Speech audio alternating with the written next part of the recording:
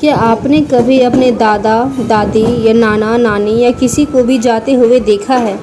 तो जाते वक्त वो कैसे थे, किस कंडीशन में थे, उससे पता चल जाता है कि वह मोक्ष जा रहे हैं या उनका पुनर्जन्म होने वाला है।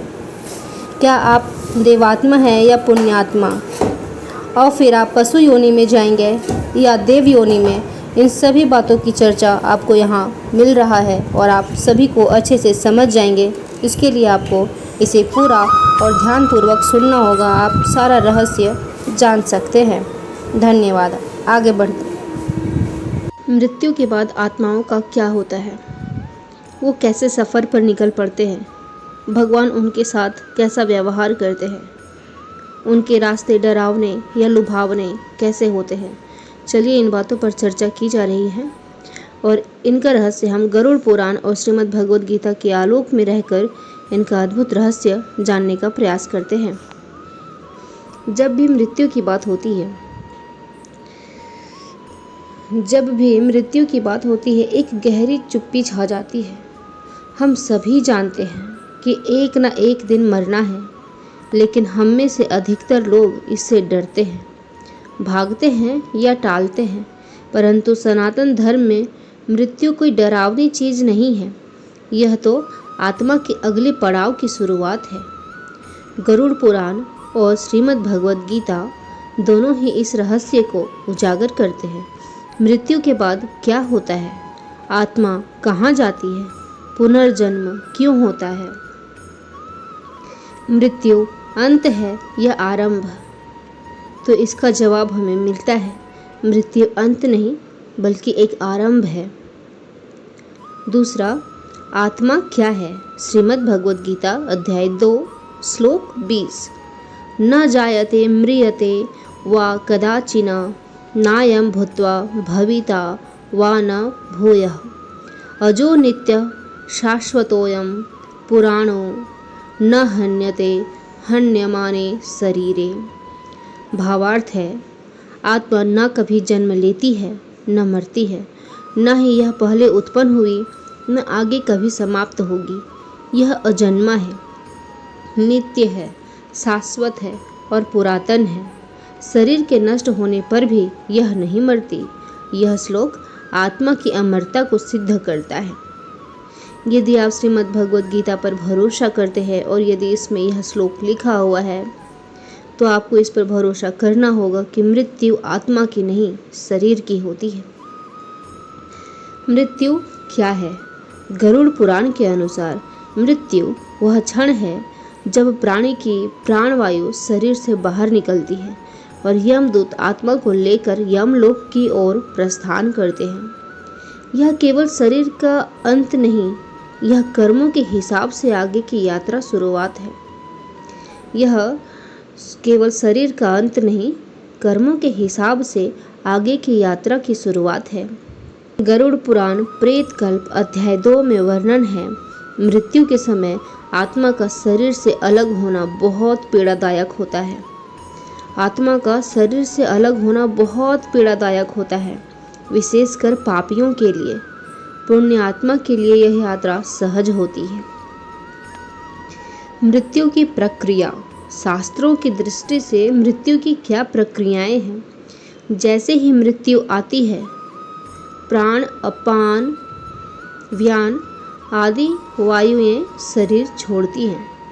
जैसे ही मृत्यु आती है, प्राण, अपान, प्राणव्यान आदि वायु शरीर को छोड़ती है। यमदूत उस आत्मा को पकड़ते हैं।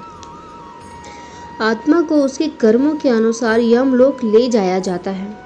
वहाँ चित्रगुप्त कर्मों का लेखा जोखा प्रस्तुत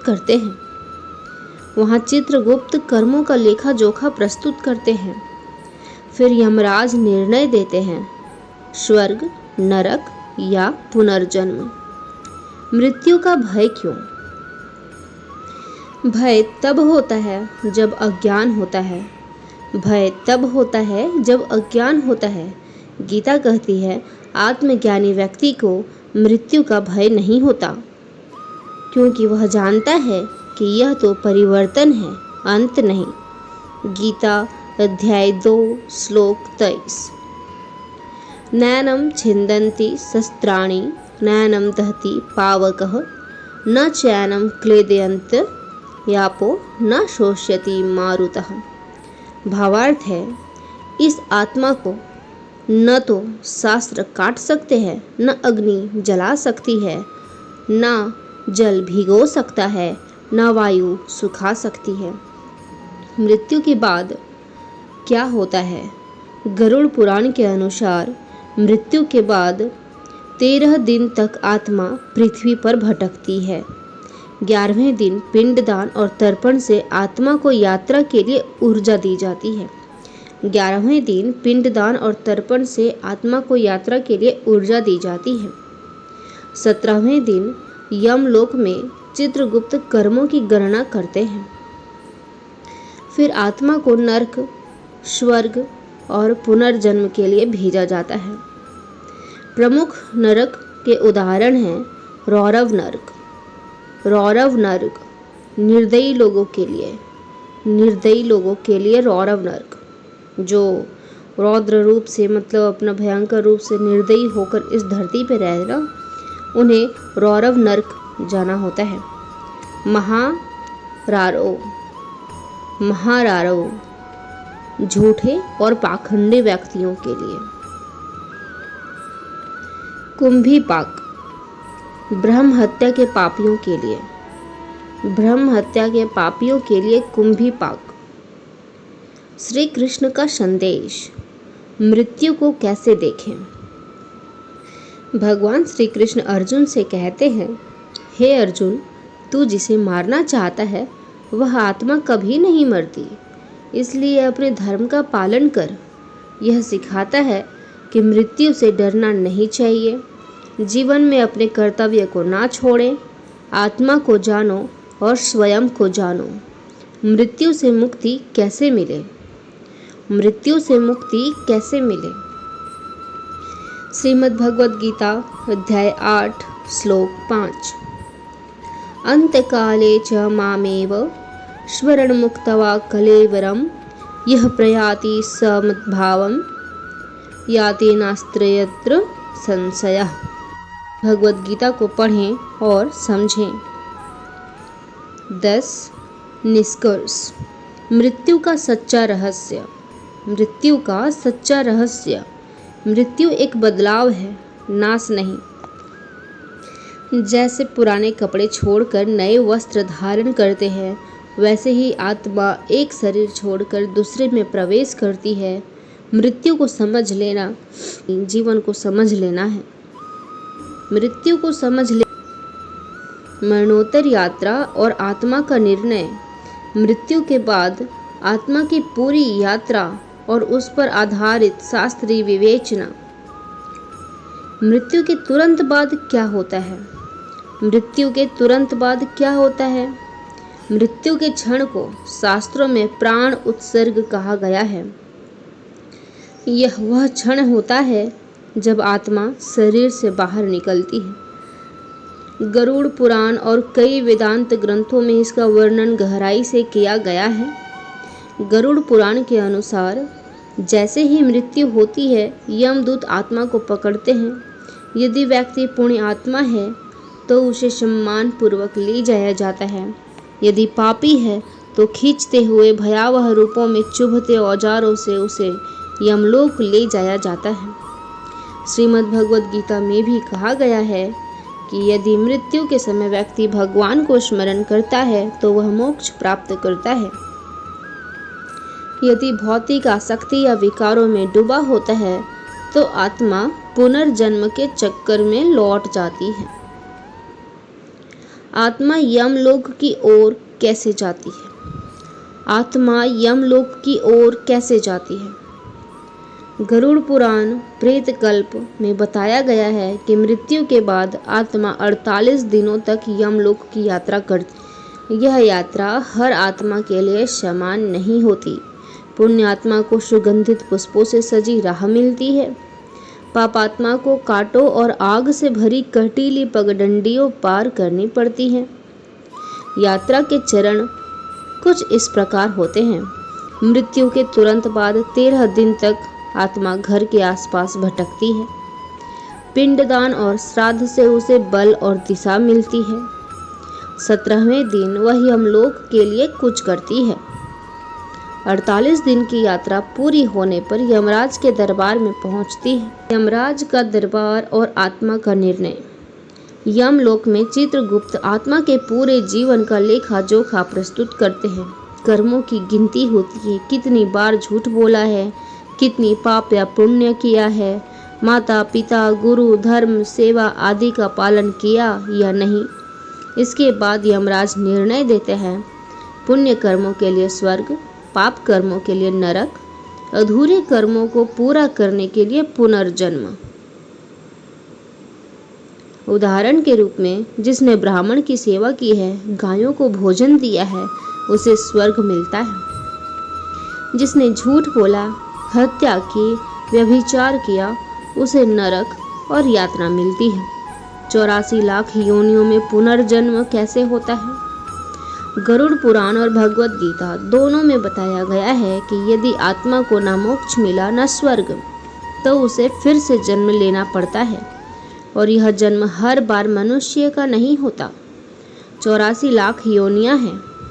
जलचर, स्थावर, कीट पतंग, पक्षी, पशु, मनुष्य। जलचर में आएंगे मछली, मेंढक, स्थावर में पेड़ पत्थर, फिर कीट पतंग, पक्षी, पशु, मनुष्य, ये सब तो आप जानते ही हैं।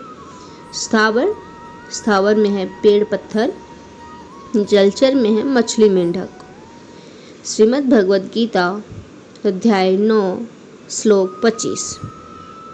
यान्ति देवव्रता देवान् पितृन्यान्ति पितृव्रतः भूतानि यान्ति भूतेज्या यान्ति मध्याजिनोऽपि माम्। भावार्थ है, देवताओं की पूजा करने वाले देवताओं को प्राप्त होते हैं, पितरों की पूजा करने वाले पितरों को, भूत प्रेतों की पूजा करने वाले भूत योनियों को, और मेरी भक्ति करने वाले मुझे ही प्राप्त होते हैं। नरक का अनुभव गरुड़ पुराण के अनुसार। गरुड़ पुराण में लगभग 28 प्रमुख नरकों का वर्णन है। 28 प्रमुख नरक है। सबके सब नरक जाएंगे क्या? हर नरक एक विशेष पाप के लिए है। जैसे तमिस्त्र, चोरी, विश्वासघात करने वालों के लिए, चोरी करने वालों के लिए, विश्वासघात करने वालों के लिए तमिस्त्र। कुंभी पाक है ब्रह्म हत्या करने वालों के लिए। अशीपत्रवन अधर्म फैलाने वालों के लिए।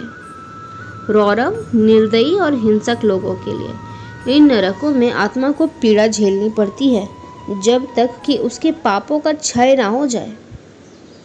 मीन्स जब सारे पाप क्षय हो जाते हैं तभी हम पुनर्जन्म लेते हैं। स्वर्ग का अनुभव, पुण्य का फल। यदि किसी ने धर्म, भक्ति, सेवा, सच्चाई और तप का जीवन जिया है तो उसे स्वर्ग लोक में स्थान मिलता है। वहाँ सुंदर नदियाँ होती हैं, अमृत के समान भोजन होता है, दिव्य संगीत और सौंदर्य होता है। लेकिन यह भी स्थायी नहीं है। पुण्य क्षीण होने पर पुनः जन्म लेना पड़ता है। पुण्य भी जब क्षीण हो जाए तब पुनः जन्म लेना पड़ता है। श्रीमद् भगवद गीता अध्याय 9 श्लोक 21। ते तं भुक्त्वा स्वर्गलोकं विशालं क्षीणे पुण्ये मर्त्यलोकं विशन्ति एवं त्रियधर्ममनुप्रपन्ना गतागतं कामकामा लभन्ते। भावार्थ है, स्वर्ग का भोग करके जब पुण्य क्षीण हो जाता है तब वे लोग फिर इस नश्वर लोक में जन्म लेते हैं। पाप भी खत्म, पुण्य भी खत्म, फिर से नया शरीर, नए कर्म, फिर पिछले जन्मों का कोई पाप का सजा नहीं मिल रहा। जो मिल रहा है वो इसी जन्म का मिल रहा है। मुक्ति, अंतिम निर्णय और सर्वोच्च लक्ष्य। अंतिम निर्णय और सर्वोच्च लक्ष्य। जो आत्मा श्री कृष्ण को, परमात्मा को पूर्ण भाव से भजती है उसे मोक्ष प्राप्त होता है। मोक्ष का अर्थ है पुनर्जन्म के चक्र से मुक्ति। न नरक, न स्वर्ग, केवल भगवान का सानिध्य। शांतिपूर्ण चेतन और आनंदमयी स्थिति में आत्मा का वास। शांतिपूर्ण चेतन और आनंदमयी स्थिति में आत्मा का वास। गीता अध्याय 15 श्लोक 6। न तद्भास्यते सूर्यो न शशांको न पावकः यद्गत्वा न निवर्तन्ते तद्धाम परमं मम। भावार्थ है, वह धाम ऐसा है जहाँ जाकर आत्मा लौटती नहीं। वहाँ सूर्य, चंद्र और अग्नि की आवश्यकता नहीं होती। वह मेरा परम धाम है। आत्मा को क्या याद रहता है? मृत्यु के बाद आत्मा को अपने पिछले कर्म, पीड़ा और कई जन्मों की स्मृति रहती है।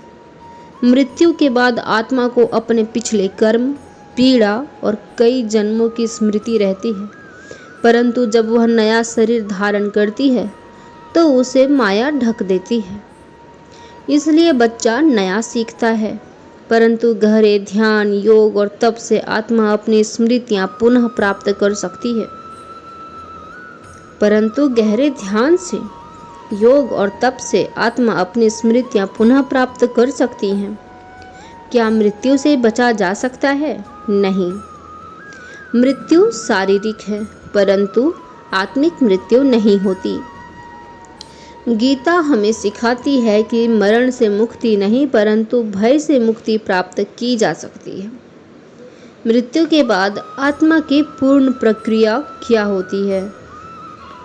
मृत्यु शरीर का त्याग है।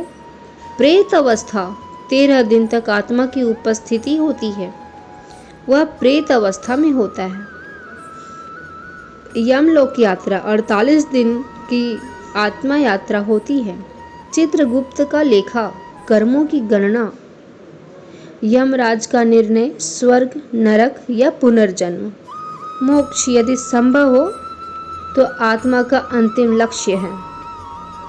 अगला भाग आत्मा का पुनर्जन्म, पिंडदान और मोक्ष का गुण विज्ञान। आत्मा के पुनर्जन्म का सिद्धांत गीता और गरुड़ पुराण में कुछ इस प्रकार है। श्रीमद् भगवद गीता कहती है, जातस्य हि ध्रुवो मृत्युः, जातस्य हि ध्रुवो मृत्युः, ध्रुवम जन्म मृतस्य च। जो जन्म लेता है उसकी मृत्यु निश्चित है, और जो मरता है उसका जन्म निश्चित है। गरुड़ पुराण इस चक्र को और अधिक विस्तार में बताता है। मृत्यु के बाद आत्मा अपने कर्मों के अनुसार एक नई योनि में जन्म लेती है। यह योनि कोई भी हो सकती है। मनुष्य योनि, यदि पुण्य अधिक हो और आत्मा को मोक्ष का अवसर देना हो। यदि पुण्य अधिक हो और आत्मा को मोक्ष का अवसर देना हो तब मनुष्य योनि प्राप्त होती है। पशु योनि, यदि मोह, लोभ और अविवेक को कर्म हो। यदि आप में लोभ, मोह और अविवेकी कर्म है तो पशु योनि। राक्षस या प्रेत योनि, हिंसा, कपट और धार्मिक अनादर का कारण। धार्मिक अनादर भी हिंसा और कपट, ये आपको प्रेत योनि में ले जाएगा।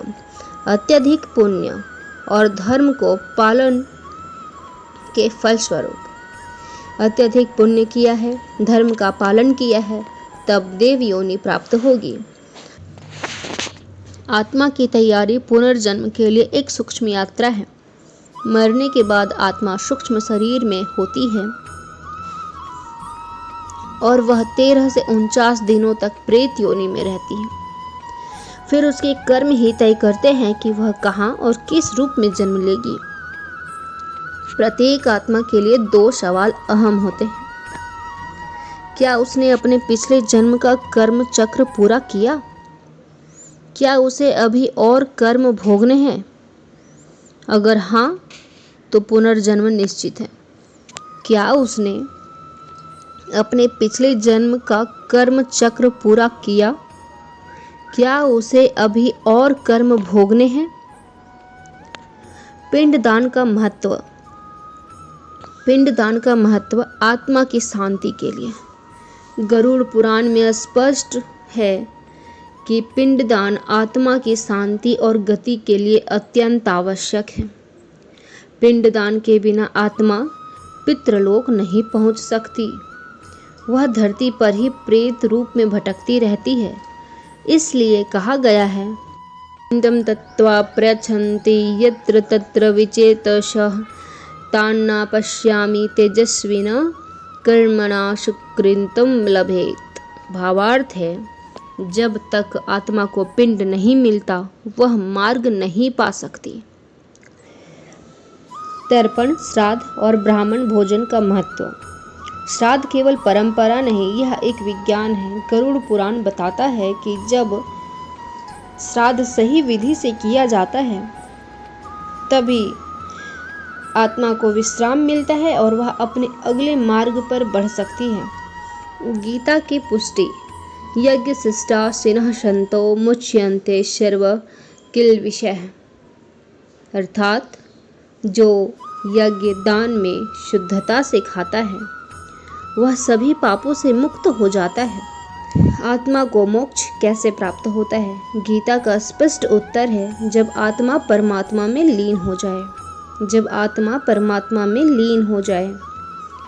सर्वधर्मान् परित्यज्य मामेकं शरणं व्रज अहं तवा सर्व पापेभ्यो मोक्षयिष्यामि मा शुचः। हे अर्जुन, सब धर्मों को त्याग कर तू केवल मेरी शरण में आ। मैं तुझे सभी पापों से मुक्त कर मोक्ष प्रदान करूंगा। गरुड़ पुराण की सहमति। गरुड़ पुराण के अनुसार आत्मा को 3 मार्गों से मुक्ति की मिल सकती है, ज्ञान मार्ग, भक्ति मार्ग, कर्म मार्ग। गरुड़ पुराण में भी इसकी सहमति है और आत्मा को 3 मार्गों से मुक्ति मिल सकती है। वह है ज्ञान मार्ग, भक्ति मार्ग, कर्म मार्ग। आत्मा को ब्रह्म ज्ञान में प्राप्त हो, ईश्वर में पूर्ण समर्पण हो, निष्काम और शुद्ध कर्म हो। मोक्ष के संकेत। मृत्यु के समय की पहचान। गरुड़ पुराण कहता है कि यदि मृत्यु शांतिपूर्वक हो, देह से प्रकाश निकले, मुख पूर्व दिशा की ओर हो और चेहरे मुस्कान में हो, तो आत्मा मोक्ष के करीब है। मोक्ष के संकेत। मृत्यु के समय की पहचान। गरुड़ पुराण कहता है कि यदि मृत्यु शांतिपूर्वक हुई हो, देह से प्रकाश निकले, मुख पूर्व दिशा की ओर हो और चेहरे में मुस्कान हो, तो आत्मा मोक्ष के करीब है। आत्मा के लिए कौन कौन से कार्य मोक्ष के मार्ग बनाते हैं? भगवद गीता का नित्य पाठ, ब्रह्मचर्य और संयमित जीवन, गौ सेवा, संत सेवा, सच्चे मन से की गई भक्ति, सत्य बोलना, अहिंसा का पालन करना, तीर्थ स्थान, गीता उपदेश का श्रवण करना। अंत समय में राम नाम या ओम नमो भगवते वासुदेव का जाप। मृत आत्मा जो बिना पिंडदान के भटक रही हैं, जिनका श्राद्ध विधि पूर्वक किया गया हो। प्रेत आत्मा वो हैं जो बिना पिंडदान के भटक रही हैं। जिनका भी पिंडदान नहीं हुआ है वो प्रेत आत्मा है। जिनका श्राद्ध विधि पूर्वक किया गया हो वो पितृ हैं। जिन्होंने अच्छे कर्म किए वो पुण्यात्मा हैं। जो ईश्वर से जुड़ने की यात्रा में हो साधक आत्मा है। जो ब्रह्मलीन हो गई हो वो मुक्त आत्मा है। जीवन का अंतिम उद्देश्य आत्मा का परमात्मा से मिलन। श्रीमद् भगवद गीता में भगवान कृष्ण कहते हैं, यह पश्यति सर्वत्र सर्वं च मयि पश्यति तस्याहं न प्रणश्यामासि च मे न प्रणश्यति। यह पश्यति सर्वत्र सर्वं च मयि पश्यति तस्याहं न प्रणश्यामि च मे न प्रणश्यति। जो मुझे हर वस्तु में देखता है और हर वस्तु को मुझ में देखता है जो मुझे हर वस्तु में देखता है और हर वस्तु को मुझ में ही देखता है, मैं उससे कभी अलग नहीं होता। यही है मोक्ष। जब आत्मा को यह अनुभूति हो जाए तब समझना कि मोक्ष मिलना है। निष्कर्ष, मृत्यु अंत नहीं, आत्मा की दिव्य यात्रा की शुरुआत है। मृत्यु केवल शरीर का नाश है, आत्मा अमर है। आत्मा के कर्म ही उसका भविष्य तय करते हैं। पिंडदान और श्राद्ध आत्मा को गति देने वाले यज्ञ हैं। मोक्ष पाने के लिए संयमित, धर्ममय और भक्ति से पूर्ण जीवन आवश्यक है।